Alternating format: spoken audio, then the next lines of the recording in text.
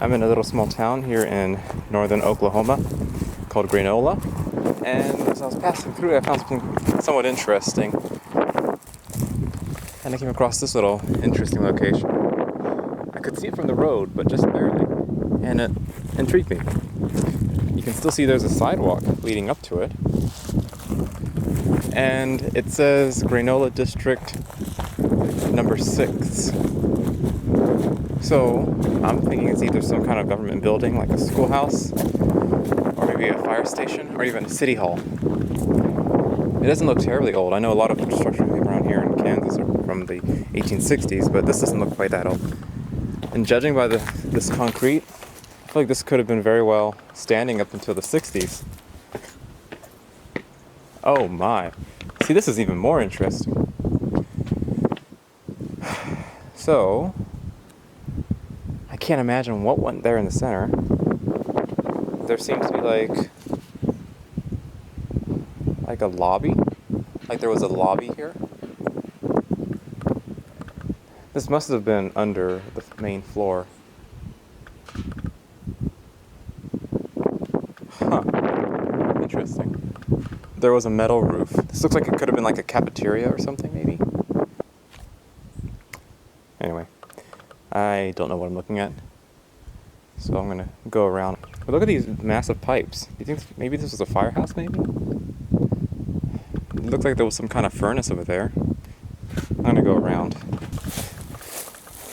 feel like I would like to go on the internet and see if I can find some information about it. See, we don't have any gas stations or little public stores around here that I could ask around. But here, look, this is strange. See these bricks?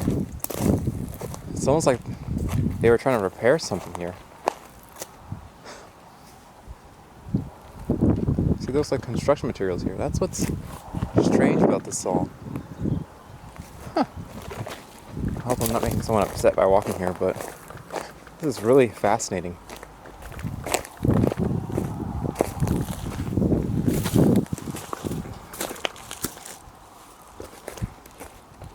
And look, there are rows here. There's concrete rows. Like, maybe this was like a garage or something? But it was some kind of wing on the side. Huh. Let me go around again. So it looks like there was like a basement layer to it at some point. Here's the back stairs to it.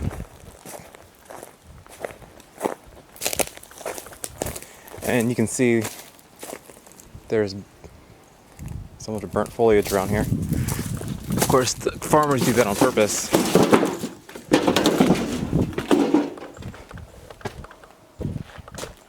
That looks like a sink. Like there was like a sink here. So this feels like this could have been like a kitchen right here or something. But anyway, there's 2 sinks or a utility room of some sort. You're gonna be careful. Yeah.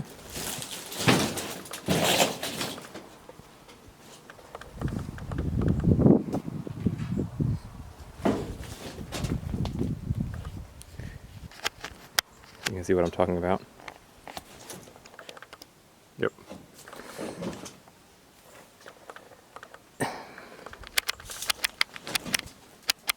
Okay, yeah, there was a bathroom here, because that looks like a urinal. So this was a restroom right here.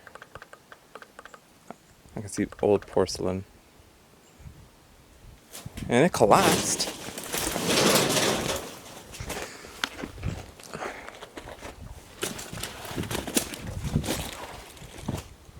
So this is the other side of that area I was showing.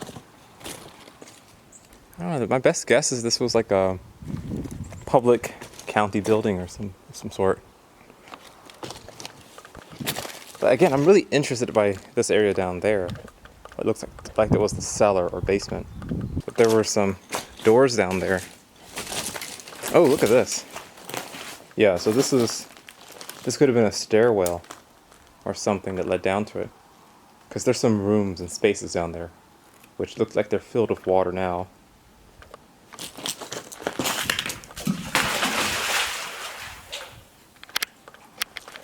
Anywho. Well, anyway, Yeah, and then it looks like a chimney here. The furnace of some sort. Huh. I'm gonna go around the other end and I'll make my way out, but I don't know. I'll have to go research what was here. Is there any information on this brick? Acme something. Hold up. Acme Pal. Don't know what that's supposed to mean. I think it's probably just a standard brick.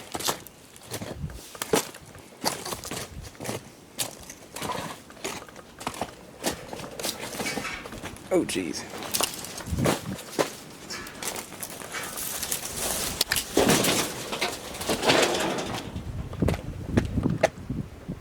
Oh, there's some stairs that went to the lower level. Let's check that out real quick. So that's the stairs that go to that one room that we really can't enter into. But hidden behind all this greenery. Yeah, it's all filled up with water. But here's the stairs that go to the lower level. You can kind of see these here. And here's a window. And all that's underwater. So that was like the utility room or the cellar. Yeah, I can feel there's a nice cool breeze blowing through. But it's all flooded with water here now.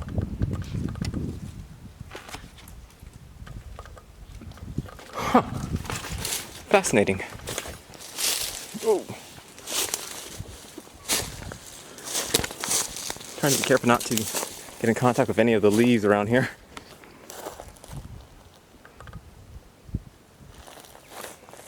I wonder who owns this now. Anyway, I guess I'll be on my way. Just thought this was extremely interesting.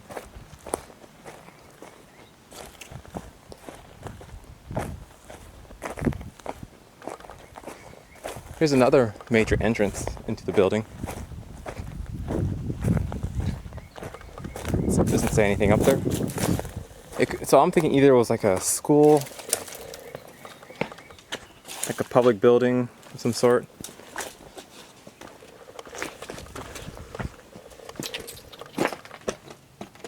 And quite a large one too. For a small town, this is a really large building. Anyway, see what I find later. So I'm gonna go grab my phone and see what information I can find out about this place. It's called Grainola District Number 6. I don't really have good reception out here, so we'll see how long it takes for me to load up some results. The population of the city apparently is 31. I can't imagine why they would need a building that big around here. Unless this city is pretty much mostly uninhabited. I'm not really seeing anything. I see a YouTube video of someone talking about this place. Internet's too slow. My mobile data is not quite as fast out here in the middle of nowhere. I'm actually on my way towards Hall City Lake. I'll try to see what information I can find. Find something new, I'll add it on. Anywho, yep.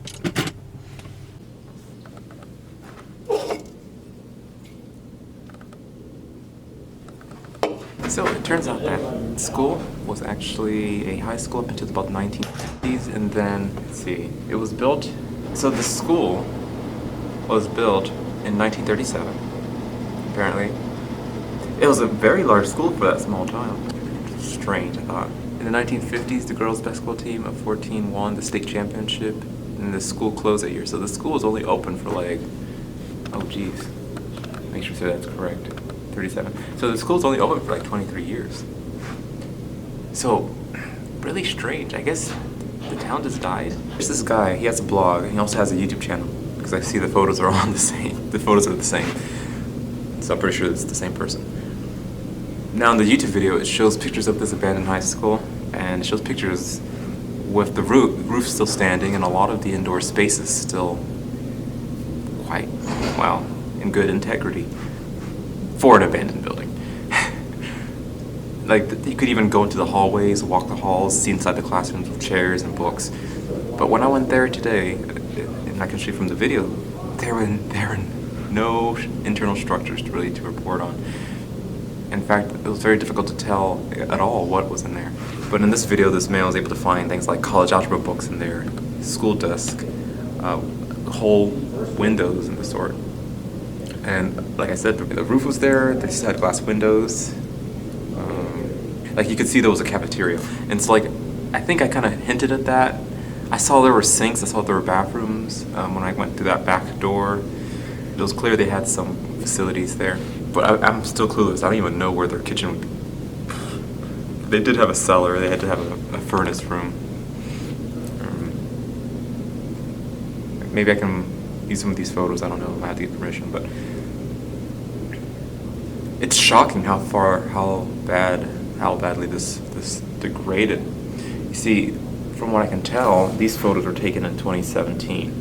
Photos I'm looking at, and in 2017, a lot of the structures were still standing. A lot of the internal structures were obvious. Like, you know, I've walked in abandoned buildings before, and you can see like the walls are still standing. But in this case, it was just the outdoor side wall. So I'm thinking either by extreme winds, storming, or maybe perhaps even tornadoes or fire, there's nothing to show for it. So anyway, really, really amazing here. What I'm trying to find out is if there's any new information about what might have happened between these photos that I'm looking at right now and now, about 6 years later, 7 years later. WPA, what does that stand for? Is it something? Because it said that the school was built in 1937 by the WPA, and I'm wondering in the context, was this the Work Progress Administration in relation to the Great Depression, or did it mean something else? So apparently this renewal was an attempt to maybe help the population to grow, but it didn't seem to work. What is this? At the old school, page 18. No, that's not it. That's a different one. These are interesting.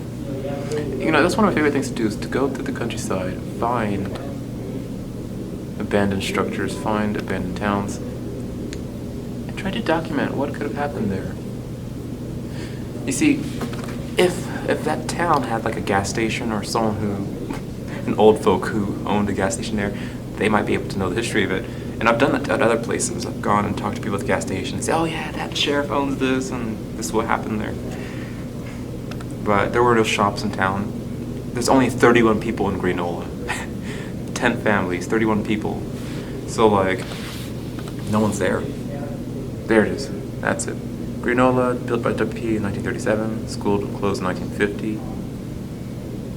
The high school, apparently it was a high school and elementary school, I'm seeing. It said the elementary school closed 5 years later, 1955. And again, you know what, I'm going to do some more reading. I want to know more about because this should have been published. If they won a state championship, it said the Grainola girls in high school, the basketball team won a championship. I want to see if there's like a newspaper article or anything about it. Ooh, it needs to include Grainola. Okay, the Oklahoman High School basketball champions. Girls basketball. Okay, here it is. District 11. I'm going to read this just verbatim. 1946 basketball team was coached by Mrs. Lucas. The team played 12 games and won every one. Also, every tournament they entered, Grainola, Burbank, Barnstable tournaments. 1947 girls basketball team was coached by W.G. Smith. There was very little history on this year beside the score. Scheidler girls won 3 games and lost 6. And that's where I was going when I was passing through Grainola, was Scheidler, which is 11 miles south of Grainola. 1948 team schedule was quite small. Scheidler girls won 4 games and played 4 games. The girls were coached by W.G. Smith. 1949, the girls team was again coached by W.G. Smith. The girls won 9 out of 11 games. Also, they won the Poholska Invitation Tournament.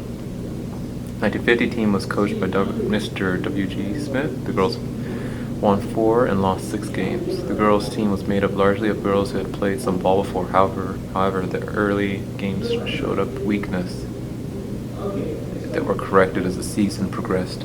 The team improved noticeable in technique and spirit, and evidence of much hard work on the part of Coach Smith and each member of the team.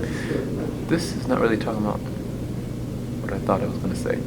High school basketball championships. Hold up. Yeah, go away. Oh my goodness, these websites are terrible.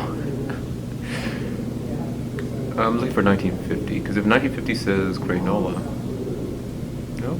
doesn't say anything about Grainola.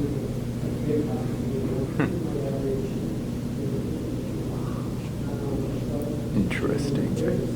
Very interesting. 1950. Oh, there it is. Wait, what? What was I looking at before then? It's this list. Oh, okay. That's okay. I see. That's girls. That was men basketball. Like, did I say regular basketball? 1950. Altus, Cordell, 24. Grainola, 38. Adams, 33. But apparently, they closed 3 months after that game. I wonder if there's some photos. Oh, look at this. I found an obituary for Luella Buttram. Terrible name, but probably a great person.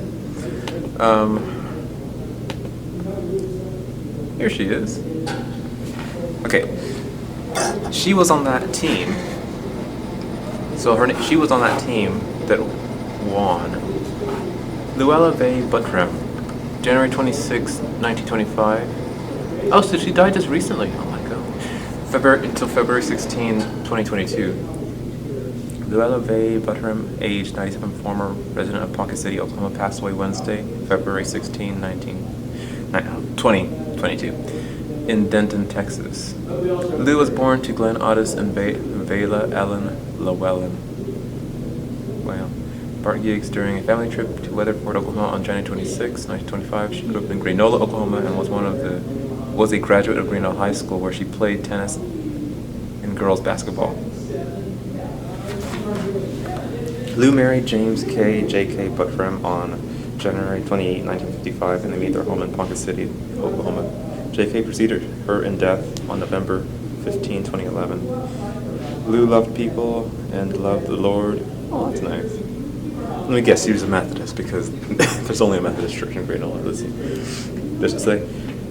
Lou loved people and loved the Lord. She found great joy in church, greeting all with hugs and smiles. She was an active member. She was a Baptist of a Longwood Baptist Church in Ponca City, and gained many friends while participating in several bowling leagues. She had a strong sense. It was kind of strange. The thought just came to mind. Even in 2021, I was doing a lot of this traveling around this area and just trying to like research these towns.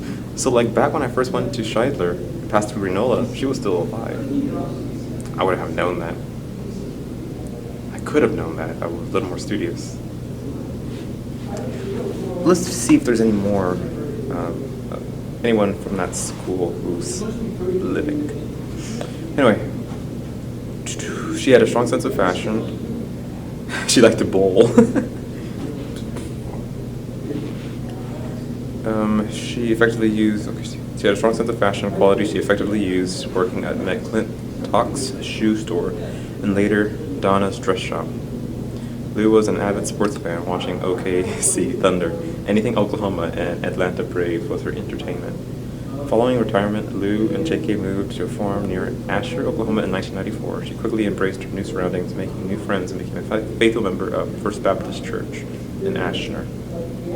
Since Lou had a strong, independent spirit, was the life of every party, had an infectious laugh, and could light up the room with her smile. She is survived by 3 daughters, Billy Osborne, her husband, Bill, she's remarried, Bill Lawton of Oklahoma, Ava Goldman and her husband, Danny of Ponca City, Oklahoma, and Pam Parker of Dallas, Texas. 10 grandchildren, 25 great-grandchildren. Oh, that's awesome.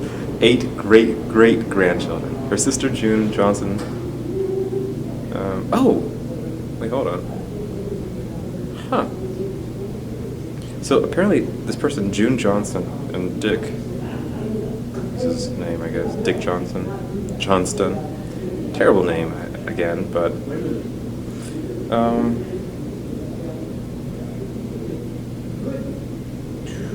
parents and her siblings, Otis, Burgess, D. Burgess, Delois Reed, preceded her death.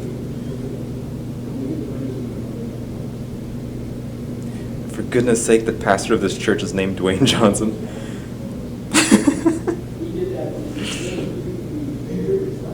You know what? Let's see. Dwayne Johnson officiating graveside service will fall in Longwood Cemetery, Ponca City. You know what? I'm gonna go visit her grave. Because why not? I am so glad I work in a nursing home. Because sometimes the job is very depressing. but it grounds me. It grounds my worldview. It grounds my view of life. And so this sort of stuff, it hits home for me, because when I started working in a nursing home, I had the kind of mentality that I'm young and I don't have to worry about dying, and I don't generally worry about that sort of stuff. But working in a nursing home helped me to kind of just take a moment to really think, okay, to see yourself in the folks at the nursing home, to see like my own identity through them, helped me to kind of sympathize with them.